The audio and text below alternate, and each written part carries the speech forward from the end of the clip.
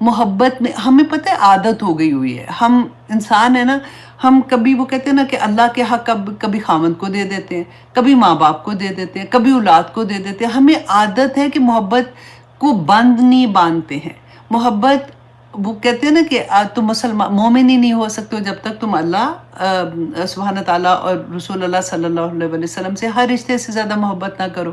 تو وہ ہمیں ہماری سمجھ سے بعض چیزیں ہو جاتی ہیں، تو ہمیں عادت پڑ جاتی ہے کہ ہم چھلانگ لگا کے نا اپنی حدود سے باہر نکل جاتے ہیں.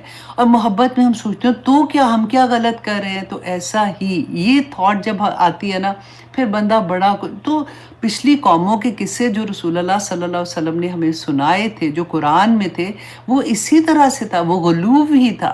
وہ کبھی محبت میں غلوف تھا، کبھی جیسے وہ بت بناتے تھے تو وہ اپنے جو ان کے بزرگ تھے نا، بزرگوں نے تو نہیں کہا تھا ان کو، اس کے بعد ان کی محبت میں ہی انہوں نے بنائے تھے اور ان کے پاس بیٹھ کے دعائیں کرتے تھے اور ان سے وہ منتیں مانگتے تھے. اور آج کل آپ دیکھ لیجیے ہمارے کلچر میں کیا ہوتا ہے.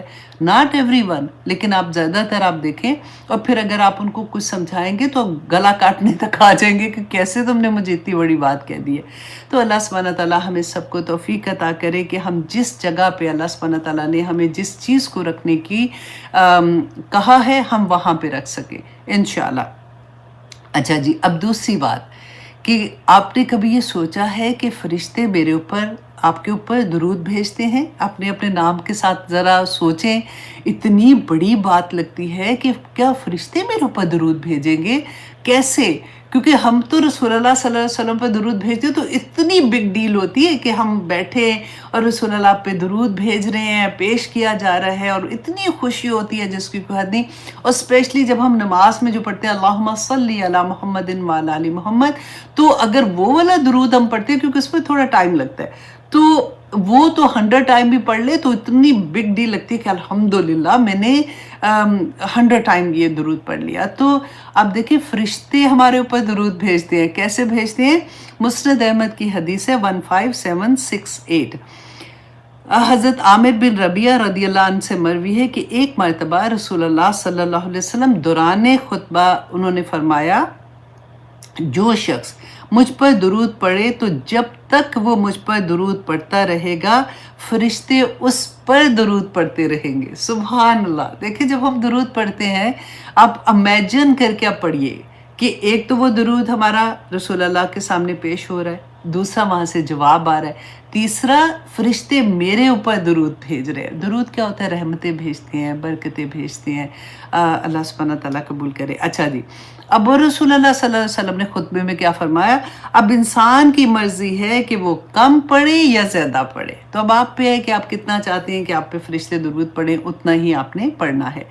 اچھا جی، کیونکہ یوزلی ہوتا ہے نا کہ ہم عادت بنا لیتے ہیں تسبیحات کرنے کا، ہمیں شوق بھی ہوتا ہے، ہم کچھ تسبیحات اپنے لیے رکھتے ہیں کہ اچھا سبحان اللہ و بحمدہ سبحان اللہ العظیم، اتنی بڑی تسبیح ہے جس کی کوئی حد نہیں. اگر وہاں سے فارغ ہوتے ہیں تو پھر اب نماز کا بیسیکلی رکھ لیں. اگر آپ کو آسانی لگتی ہے کہ اچھا میں فجر سے ظہر تک یہ والی تسبیح پڑھوں گی، ظہر سے عصر تک یہ پڑھوں گی، عصر سے مغرب، مغرب سے عشاء، تو پھر آپ کے لیے اور آسانی ہو جائے کہ جب یاد آئے گا وہ ٹائم کے اندر آپ نے وہی تسبیح پڑھنی ہے، تو بہت آسانی سے انشاءاللہ ہم کر سکیں گے. وہ دحا واللیل اذا سجا، تو آپ سوچیں کہ رسول اللہ صلی اللہ علیہ وسلم کی خوشی کی انتہا کیا تھی، کیونکہ وہ دحا کے بعد نا پھر مسلسل سورت غاشیہ، جو حفظ کے اسٹوڈنٹ نے ابھی غاشیہ کا ٹیسٹ ہے نا آپ لوگوں کا، یہ غاشیہ تک بھی مسلسل وہی رہی. پھر تیسری دفعہ وہی جو رکی تھی نا، وہ تیسرا پاز آیا تھا، تو اس کے بعد پھر سورت غاشیہ کے بعد تھوڑا پاز آیا تھا، اور اس کے بعد پھر رسول اللہ صلی اللہ علیہ وسلم کو کبھی پریشانی نہیں ہوئی. جب تیسرا پاز آیا نا تو رسول اللہ صلی اللہ علیہ وسلم کو یہ جو اس سورہ میں پیغام ملا ہے، ان کی زندگی میں پھر وہ والی پریشانی کبھی دوبارہ نہیں آئی. پھر جو تیسری دفعہ نازل ہوئی تھی سورۃ کہف سے سٹارٹ ہوئی تھی. تو جب آپ ہر جمعے کو پڑھتے ہیں نا تو سوچا کریں کہ دیکھا کریں، پڑھا کریں جب اس کے سبق کون سے ہیں اس کے اندر، کہ اللہ سبحانہ تعالیٰ نے پھر کیا اس میں رسول اللہ صلی اللہ علیہ وسلم کو فرمایا تھا. اب دیکھیں یہاں پہ یہ تھا کہ فترۃ الوحی کی وجہ کیا تھی، کہ اللہ سبحانہ تعالیٰ نے کیوں روکا تھا.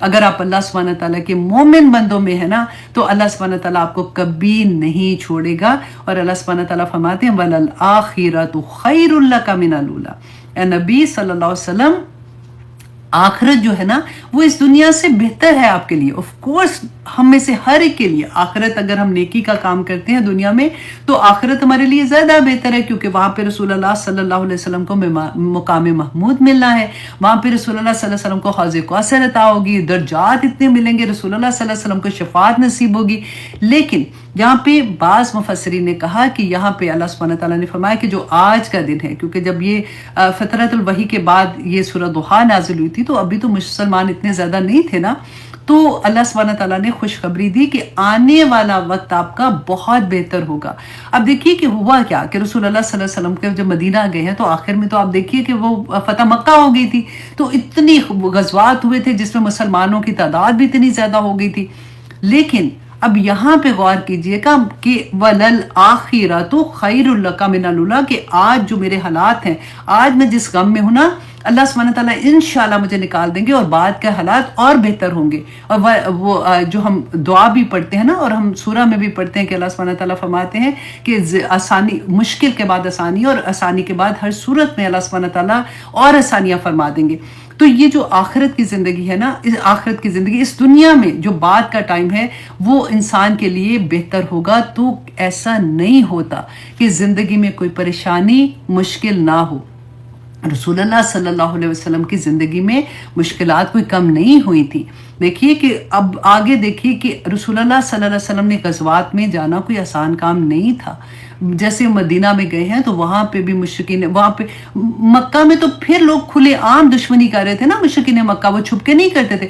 وہاں تو اور مشکل پڑ گئی کہ وہاں پہ تو منافقین ہو گئے تھے. جو منہ کے سامنے آتے تھے منافقین وہ تھے جو نماز بھی رسول اللہ صلی اللہ علیہ وسلم کے پیچھے پڑھتے تھے، لیکن وہ اندر سے وہ ان کا غصہ تھا. ان کا عبداللہ بن ابی کی ہم نے کہانی پڑھی ہوئی ہے. تو اتنی مشکل حالات، مشکل رہتے ہیں، لیکن جب بندے کو یہ احساس ہو جائے کہ میرا رب میرے ساتھ ہے، وہ مجھے اکیلا نہیں چھوڑے گا، میرے پاس جو مشکل آ رہی ہے اس میں اللہ سبحانہ تعالیٰ کی کوئی نہ کوئی حکمت ہے، میں نہیں جانتی، میرا عقل میری اللہ سبحانہ تعالیٰ نے اتنی ہی دی ہے، میں اس سے زیادہ نہیں. اپنے آپ کو اللہ کے حوالے کر دے. جب آپ حوالے کر دیں گے نا تو پھر آپ کو کوئی مشکل بڑی نہیں لگے گی. تو اللہ سبحانہ تعالیٰ یہاں پہ وَلَلْآخِرَةُ خَيْرٌ لَكَ مِنَ الْأُولَىٰ، کہ آج کی دن جو ابھی اس دنیا ہے، پہلی دنیا جو ابھی کی دنیا ہے، وہ آخرت جو ہے وہ آپ کی زیادہ بہتر ہوگی. ابھی کے حالات جو اگر ہیں، خراب ہیں، کیسے بھی ہیں، اللہ سبحانہ تعالیٰ آسانیاں فرما دیں گے. اور یہ آسانی کون سی تھی کہ رسول اللہ صلی اللہ علیہ وسلم کے اتنے فالوورز، پھر صحابہ کی تعداد دیکھیں نا کہاں سے کہاں بڑی. اور پھر اللہ سبحانہ تعالیٰ فرماتے ہیں وَلَسَوْفَ يُعْطِيكَ رَبُّكَ فَتَرْضَىٰ. الحمدللہ کہ اور ان قریب يُعْطِيكَ عطا کرے گا آپ کو ربُّكَ، آپ کا رب، فَتَرْضَىٰ تو آپ راضی ہو جائیں گے. اب یہ آیت آپ اپنے اوپر بھی رکھ کے دیکھیں کہ اللہ سبحانہ تعالیٰ فرما رہے ہیں مشکل میں ہو میرے بندے، پریشانی میں ہو اس وقت، اللہ سبحانہ تعالیٰ انشاءاللہ پریشانیوں سے نکال کے اتنا عطا کریں گے، راضی ہو جاؤ گے. اب دیکھیں کبھی بھی مشکل جب ختم ہوتی ہے نا تو انسان بھول جاتا ہے. جب اچھے حالات آ جاتے ہیں نا انسان برے وقت کو بھول جاتا ہے. آپ کو یاد ہے ہم نے حدیث پڑھی تھی کہ جو ایسا انسان دنیا میں جس کا کوئی ایک لمحہ سکون کا نہیں گزرا، کوئی ایک لمحہ تکلیف کے بغیر نہیں گزرا، اللہ سبحانہ تعالیٰ قیامت کے دن اس کو جنت کا صرف ایک نظارہ کروائیں گے اور پھر پوچھیں گے کہ دنیا میں تمہاری زندگی کیسے تھی، تو وہ کہے گا کہ یا پاک پروردگار مجھے تو کوئی تکلیف پہنچی نہیں. اور پھر ہم نے وہ بھی پڑھا تھا کہ جب مومن جو ہے وہ جنت کے نظارے دیکھیں گے نا، کافر جو ہیں وہ جنت کا وہ دیکھیں گے کہ لوگوں کو اتنا عطا کیا جا رہا ہے، تو وہ یہ کہیں گے کہ کاش دنیا میں ہماری جلدوں کو ایک ایک کینچی سے پیسز بائی پیسز کاٹ دیا جاتا، تو آج ہمیں اس کے مقابلے میں، کیونکہ دیکھیں گے نا کہ تکلیف پہ اتنے اجر مل رہے تھے، تو آج ہمیں جنت مل جاتی تو وہ سودا بھی کم تھا. اس کو ریورس کر لیں، میں آپ کو صرف اس کی وہ کہتے ہیں نا ڈیٹیل تھوڑی سی بتا رہی ہوں. ایکچولی حدیث کیونکہ میرے سامنے نہیں ہے تو میں ورڈز اس لیے وہ کوٹ نہیں کر رہی ہوں، میں اس کو آپ کو اس کے مطلب اس کا جو نچوڑ ہے وہ بتانے کی کوشش کر رہی ہوں. تو یہاں پہ اللہ سبحانہ تعالیٰ نے یعطیکا. اب دیکھیے ہم اکثر بات کرتے ہیں نا کہ تجوید کے ساتھ قرآن پڑھنے کی، یہاں پہ آپ کو بہت مزے کی بات لگے گی کہ اگر ابھی ہم نے سورۃ اللیل میں پڑھا تھا الذی یؤتی مالہ یتزکا، کہ وہ انسان جو اپنا مال دیتا ہے، یوتی دیتا ہے اپنا مال تاکہ وہ پاک ہو. اب وہ یوتی کیا تھا، اپنے مال میں سے کچھ حصہ دیتا ہے تاکہ وہ پاک ہو جائے. یہاں پہ اللہ سبحانہ تعالیٰ رسول اللہ کو کہتے ہیں وَلَسَوْفَ يُعْطِيكَ، کا ضمیر کہاں جا رہی ہے؟ رسول اللہ کہتے ہیں آپ کو عطا کرے گا. یہ آئین طا اور واو جو ہے نا اس کا روٹ ورڈ ہے. اور یعطی کا جو ہوتا ہے وہ بے حد و حساب عطا کرنا کہتے ہیں، اور ایسا عطا کرنا جو کبھی واپس نہیں لیا جائے گا، اور اس کی ذمہ داری پہ آپ پہ بھی نہیں ہے. اس کا اتنا خوبصورت مطلب ہے. اب ہم کیونکہ پڑھتے ہیں، جب ہم اردو کی طرح پڑھتے ہیں ہم اس کو بھی یوتی کا پڑھ جاتے ہیں، لیکن اس کا اتنا پیارا ہے کہ اللہ سبحانہ تعالیٰ آپ کو بے حد و حساب دے گا، اور فترضا، تو آپ اس سے راضی ہو جائیں گے. الحمدللہ. اور یہاں پہ ایک اور بات بھی، وہی بات کہ مقام شفاعت نصیب ہوگا. اس کے بعد رسول اللہ کو حوض کوثر نصیب ہوگا، رسول اللہ صلی اللہ علیہ وسلم کو درجات ملے گی. شفاعت سب سے بڑی بات، الحمدللہ ثم الحمدللہ. اور رسول اللہ صلی اللہ علیہ وسلم کو اللہ سبحانہ تعالیٰ کہتے ہیں نا خوشخبریوں پہ خوشخبریاں دے رہے ہیں کہ آنے والے وقت میں اللہ سبحانہ تعالیٰ انشاءاللہ آپ کو بے انتہا عطا کریں گے. اب اللہ سبحانہ تعالیٰ رسول اللہ صلی اللہ علیہ وسلم کو کیا بتا رہے ہیں کہ جو نعمتیں اللہ سبحانہ تعالیٰ نے عطا کی نا اس کے بارے میں. اب آپ اور میں یہ دیکھیں کہ یہ مجھے اور آپ کو اللہ سبحانہ تعالیٰ اس میں کیا سبق دے رہے ہیں کہ کئی دفعہ ہوتا ہے نا غم جب آتا ہے نا، پریشانی ہوتی ہے، وہی رکی تھی نا. اسی طرح سے ہماری زندگی میں بھی کبھی ایسا ہوتا ہے کہ کوئی ایک غم آتا ہے اور ہم ساری نعمتوں کو بھول کے نا اس ایک غم پہ فوکس کرتے ہیں، اور اتنا فوکس کرتے ہیں. دیکھیے پریشان ہونا، دکھی ہونا نیچرل فیلنگ ہے، ہر انسان کو. تو انسان ہی نہیں ہے جس کے پاس یہ فیلنگ نہیں ہوگی. لیکن یہ فیلنگ اگر آپ پرولونگ کر دیتے ہیں، یہ سوچتے رہیں گے، روز سوچتے رہیں گے، تو یہی فیلنگ پھر آپ کی ڈپریشن میں بدل جاتی ہے. ڈپریشن نام ہی فیلنگ، جو خیالات ہوتے ہیں نا، تھاٹس ہوتے ہیں، کیونکہ شیطان ہے. اللہ سبحانہ تعالیٰ بتاتے ہیں کہ وہ آپ میں وسوسے ڈالتا ہے. وسوسے جب ڈالے گا تو اسی جگہ پہ تو اللہ سبحانہ تعالیٰ کی طرف سے فرشتے بھی القاء کر رہے ہوتے ہیں، اور سیم جگہ پہ تو انسان اس وقت کیونکہ ویک حالت میں ہوتا ہے. ویک حالت میں شیطان کم وقت کو یہ پتا ہوتا ہے کہ یہ اس وقت کیسے بکے گا. وہ آپ کی اسی بات کو لے کے بار بار آپ کو خیال ڈالے گا کہ یہ غلط ہو گیا، یہ غلط ہو گیا، یہ غلط ہو گیا، یا یہ میرے ساتھ کیوں، یہ نعمت کیوں چلی گئی، یہ کیوں لے لیا، یہ کیوں ہو گیا، یہ کیوں ہو گیا. تو وہ چیز انسان اگر اس کو کنٹرول نہ کرے نا، اور کنٹرول کون کرے گا؟ جس کو پھر اپنے رب پہ مکمل یقین ہوگا، جو اپنے آپ کو اللہ کے آگے بیچ دے گا.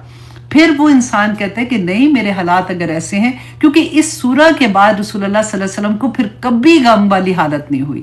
تکلیفیں آئیں، پریشانیاں آئیں، لیکن رسول اللہ صلی اللہ علیہ وسلم بالکل مضبوط، جیسے کہتے ہیں نا مومن کی تو چال بھی فرق ہوتی ہے کہ اللہ سے پتہ چلتا ہے کہ یہ اللہ کا بندہ چل رہا ہے، کوئی چھوٹی بات تو نہیں ہے. نسبت تو دیکھیں کہاں پہ جا کے لگتی ہے.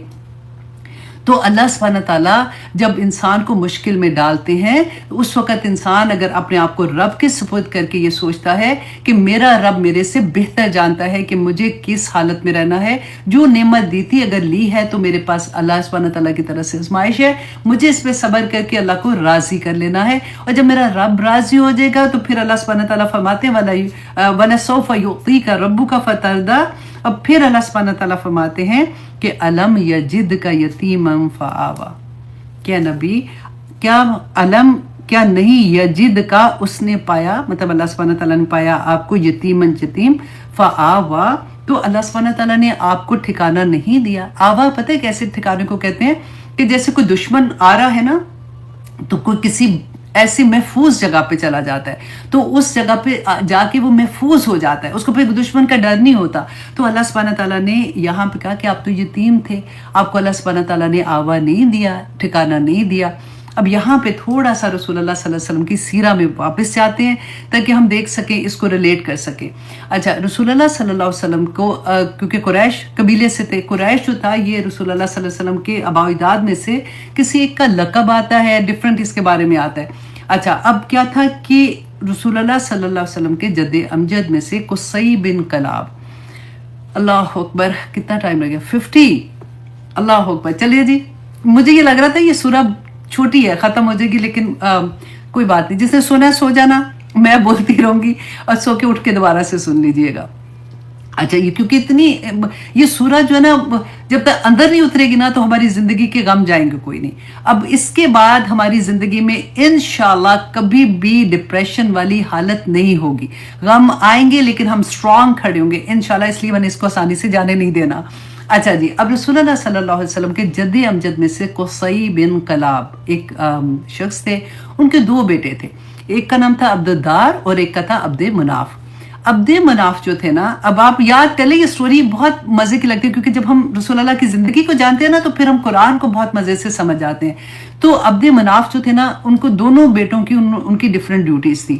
اب ان کی تھی کہ جو خانہ کعبہ کے یہ متولی تھے، عبد مناف کی بات کر رہی ہوں تو، اور جو حاجی آتے تھے ان کے فادر جو تھے قصی بن کلاب، انہوں نے ان کی ڈیوٹی لگائی تھی، ان کو پانی پلانا، ان کا خیال رکھنا، تو اس لیے یہ خانہ کعبہ کے متولی تھے. اب ان کے بیٹے جو تھے نا، قصی بن کلاب، عبد مناف جو تھے، ان کے بیٹے تھے ہاشم. تو ہاشم جو تھے نا، اب یہاں سے کیا تھا کہ عبد مناف جو تھے یہ تجارت کی خاطر جاتے ہیں، مدینہ کی طرف جاتے ہیں، مدینہ میں کچھ دیر رہتے ہیں. وہاں پہ یہ ان کو کسی ایک عورت کی سمجھ آتی ہے. اس زمانے میں تو عورتیں جو تھی نا، وہ ولی کے اندر رہنا ان کو اچھا لگتا تھا. تو شادیاں تو بہت زیادہ ایسے ہوتا تھا، یہ تو اسلام کے بعد 4 شادیوں کا کانسیپٹ ہوا نا کہ بس اس سے زیادہ نہیں کر سکتے، اور جو بھی ریزنز تھے اس کے بعد آئے تھے. اس سے پہلے تو لوگ شادیاں آرام سے کر لیتے تھے، تو آرام سے کر لیتے تھے. اچھا جی، تو وہ مدینہ گئے تو ان کو وہ ایک عورت کی جیسے سمجھ آئی، ان کو اچھی لگی یا جو بھی تھا، انہوں نے وہاں پہ نکاح کر لیا، شادی کی، کچھ دیر وہاں رہے اور پھر فلسطین اپنی تجارت کی اگلی اس کے لیے گئے. اچھا، راستے میں ان کی وفات ہو گئی. اب جب ان کی وفات ہو گئی تو یہ واپس فیملی کو جب پتہ چلا کہ ان کی وفات ہو گئی ہے تو وہ خیر واپس ان کو لے کے آئے گیا یا جو بھی ان کا ہوا. اچھا، اس کے بعد جو میں آپ کو مین جہاں پہ لے کے جانا چاہ رہی ہوں جلدی سے، کہ ان کی وفات کے بعد ان کے بھائی تھے جن کا نام تھا مطلب. مطلب کو کچھ دیر کے بعد یہ پتا چلا کہ مدینہ میں میرے بھائی ہاشم جو تھے، اب مطلب کس کے بھائی ہیں؟ ہاشم کے. ہاشم کی ایک بیوی اور ان کا ایک بیٹا ہے جنہوں نے مدینہ میں شادی کی تھی. تو انہوں نے فیملی نے یہ ڈیسائیڈ کیا کہ ہم جا کے ان کو ملتے ہیں اور ان کو ہم یہ کہتے ہیں کہ ہم آپ کی ذمہ داری لیتے ہیں، آپ ہمارے ساتھ آ جائیں. تو خیر وہ ان کو ملنے کے لیے جاتے ہیں. جب وہ ان کی وائف کو یہ کہتے ہیں تو وہ منع کر دیتی ہیں کہ نہیں، میں ادھر ہی رہنا چاہتی ہوں.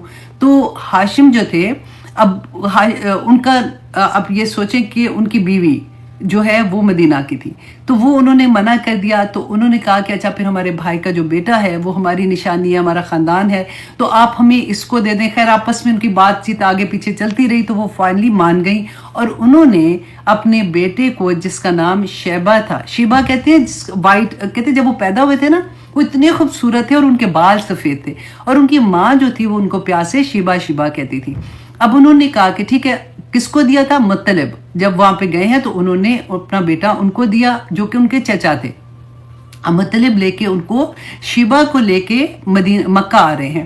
اچھا، اس زمانے میں کیونکہ رواج تھا کہ لوگ غلام خریدتے تھے، تو لوگوں نے سمجھا کہ مطلب جو ہے وہ کوئی غلام خرید کے لائے ہیں. حالانکہ مطلب بعد میں لوگوں کو یہ بتاتے بھی رہے کہ نہیں، یہ میرے بھائی کا بیٹا، لیکن وہ چھیڑتے تھے بچے آپس میں ایک دوسرے کو. تو ان کا شیبہ کا نام ہی عبد المطلب پڑ گیا. ہم پڑھتے ہیں نا جو ہسٹری میں، وہ یہ اس طرح سے یہ نام پڑا تھا. اچھا، عبد المطلب بن گیا. اب مطلب جو تھے وہ مکہ کے سرداروں میں سے ایک سردار تھے. ٹھیک ہے، تو بہت وہ جو ہاشم تھے نا، عبد المطلب جو تھے، ان کو وہ بہت پیار کرتے تھے. جب ان کی وفات ہوئی تو پھر لوگوں نے سب نے اکٹھے ہو کے یہ ڈیسائیڈ کیا، کیونکہ عبد المطلب جو تھے یہ بہت سمجھدار تھے، تو ان کو پھر سردار بنا دیا. ٹھیک ہے، اب عبد المطلب جو تھے یہ کون تھے؟ رسول اللہ صلی اللہ علیہ وسلم کے دادا. اب وہاں سے آپ دیکھیے کہ ان کے رسول اللہ آگے چل کے پتہ چلے گا کہ جب مدینہ میں ہجرت کی تھی، ننہال اصل میں مدینہ میں تھا. اب کیا تھا کہ رسول اللہ صلی اللہ علیہ وسلم کے یہ جو دادا تھے، یہ ان کے کہتے ہیں کہ 10 بیٹے تھے. انہی کے زمانے میں جو کنواں کھدا تھا نا، جب قبیلہ جرہم کی سٹوری ایک دفعہ میں نے آپ کو بتائی تھی، مجھے دل چاہتا ہے میں آپ کو سیرہ بھی کرواؤں. آنیسٹلی اتنا مزہ آتا ہے جس کی کوئی نہیں. تو وہ جب قبیلہ جرہم نکلے تھے، انہوں نے وہ بند کر دیا تھا کنواں، تو دوبارہ سے انہی کو خواب آیا تھا اور پھر انہوں نے جو کنواں کھودا تھا اور پھر آب زمزم کا نکلا تھا، اور وہ ساری سٹوری ان کے ساتھ ہے. اچھا، اب کیا تھا کہ جو ان کے 10 بیٹے تھے اور سب سے چھوٹا بیٹا جو تھا وہ عبداللہ تھا. عبداللہ کون تھے؟ یہ رسول اللہ کے فادر تھے. اب عبداللہ کی شادی مکہ میں ایک بہت اچھی فیملی تھی، بہت نام والی فیملی تھی، ان سے بی بی آمنہ سے ہوئی تھی، اور کچھ دیر کے بعد وہ پھر تجارت کے لیے مدینہ کی طرف جاتے ہیں. پھر ان کا وہاں پہ تجارت کے لیے جب گئے تو وہاں پہ ان کا انتقال ہو گیا. اب جب وہ انتقال ہو گیا تو ادھر ہی پھر ان کو دفنا دیا گیا تھا. اب یہاں پہ جب پتہ چلا تو بی بی آمنہ جو تھیں وہ پریگننٹ تھی رسول اللہ صلی اللہ علیہ وسلم سے. اب کیا تھا کہ جب ان کو یہ پتہ چلا تو جب رسول اللہ پیدا ہوئے تھے تو کیونکہ ان کے فادر کی تو پہلے سے ڈیتھ ہو گئی تھی تو یہ یتیم پیدا ہوئے تھے. لیکن ان کے چچا، ان کے خاندان والے اتنے خوش تھے، یہی ابو لہب جو بعد میں جو اتنا تنگ کرتے تھے نا، اتنے خوش تھے کہ جس لانڈی نے آ کے یہ بتایا تھا، یہ خوشخبری دی تھی نا، اسی کو آزاد کر دیا تھا. تو خیر رسول اللہ صلی اللہ علیہ وسلم کے اس کے بعد کا زمانہ وہ تھا کہ جو دائی حلیمہ کا زمانہ تھا کہ رسول اللہ صلی اللہ علیہ وسلم کو وہ لے گئی تھی. جو ان کے اس وقت کلچر میں یہ تھا کہ جو امیر عورتیں ہوتی تھی وہ لوگ اپنے بچوں کو دودھ پلانے کے لیے اور صحت مند ماحول میں رکھنے کے لیے وہ ایک خاص قبیلہ ہوتا تھا. ایسے نہیں تھا کہ کوئی بھی آئے اس کو دے دیں، وہ ایک خاص قبیلہ ہوتا تھا، ان کی عورتیں آتی تھیں تو اس میں وہ بچے دیتے تھے شروع میں. اچھا اب کیا تھا کہ رسول اللہ صلی اللہ علیہ وسلم دائی حلیمہ کے ساتھ گئے، 4 سال وہ وہاں پہ رہے. ڈفرینٹ تھوڑا سا آتا ہے ٹائم کا. اچھا 4 سال کے بعد میں یہاں پہ آپ کو یتیم پہ واپس لانا چاہتی ہوں کہ آپ کو رسول اللہ کی زندگی کی سمجھ آئے اور پھر اپنے دکھوں کی سمجھ آئے، پھر اپنی پریشانیوں کی سمجھ آئے کہ اچھا اب واپس 4 سال کے بعد جب آتے ہیں 2 سال اپنی ماں کے ساتھ رہتے ہیں تو کہتے ہیں کہ پھر عبد المطلب اور مطلب بھی آتا ہے، مطلب، یہ دونوں طرح سے ان کا نام آتا ہے. اچھا اب وہ اپنے دادا اور پھر اپنی مدر کے ساتھ جو ہے وہ مدینہ جاتی ہیں اور مدینہ کے راستے میں اپنے فادر کی جو قبر ہے اس پہ جاتے ہیں اور پھر واپسی پہ ان کی مدر کی ڈیتھ ہو جاتی ہے. 2 سال صرف رسول اللہ ماں کے ساتھ رہے اور ماں کی ڈیتھ ہوگی. راستے میں ہی ان کو ایک مقام آتا ہے، وہاں پہ ان کو دفنا دیا گیا. اب رسول اللہ صلی اللہ علیہ وسلم واپس آئے تو ان کے جو دادا تھے انہوں نے ان کی عبد المطلب جو تھے انہوں نے رسول اللہ صلی اللہ علیہ وسلم کو اپنے پاس رکھ لیا، ان کی کفالت میں آ گئے. اب دادا بوڑھے ہو چکے تھے. اب 8 سال 2 مہینے اور کچھ کا ٹائم آتا ہے کہ رسول اللہ صلی اللہ علیہ وسلم ابھی 8 سال کے ہوئے تھے تو دادا کی بھی وفات ہو گئی. اب سوچ سکتے ہیں تو دادا کی جب وفات ہوئی تو اس کے بعد رسول اللہ کی ذمہ داری ابو طالب جو حضرت علی رضی اللہ عنہ کے فادر تھے ان کو دے دی، ان پہ آگئی تھی، کیونکہ ابو طالب جو تھے نا وہ رسول اللہ صلی اللہ علیہ وسلم کے سگے چچا تھے. تو پھر آخر وقت تک جو ابو طالب تھے، آپ ان کی کبھی ہسٹری پڑھیں کہ کس طرح سے ابو طالب نے رسول اللہ صلی اللہ علیہ وسلم کو ساتھ دیا تھا.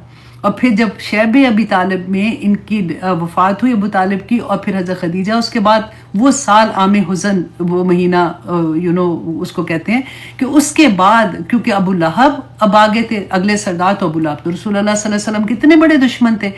تو پھر رسول اللہ صلی اللہ علیہ وسلم طائف کی طرف گئے تھے. پھر وہ سارا واقعہ کہ واپس جب آئے وہ طائف والوں نے انکار کر دیا، واپس مکہ میں انٹر نہیں ہو سک رہے تھے. اور پھر وہ ساری اگلی سٹوری انشاءاللہ، کیونکہ یہ لمبی سٹوری ہے، میں یہاں تک یتیمی کی طرف لے کے واپس آتی ہوں کہ ایسی زندگی گزارنے والے بھی آپ دیکھیں کہ اللہ سبحانہ تعالیٰ کے محبوب ہیں. کبھی زندگی میں غم پریشانی آئے تو مت سوچئے گا کہ میرا رب مجھ سے ناراض ہے. صرف یہ کوشش کریں کہ اللہ سبحانہ تعالیٰ کی طرف واپس پلٹنے کی کہ یا اللہ شاید میرے اندر کوئی کمی رہ گئی تو میں اس کو اور بہتر کیسے کروں. اللہ سبحانہ تعالیٰ نہیں چھوڑتے. اب یہ غم اور پریشانیوں کا یہ مطلب نہیں کہ میرے رب نے مجھے چھوڑ دیا ہے.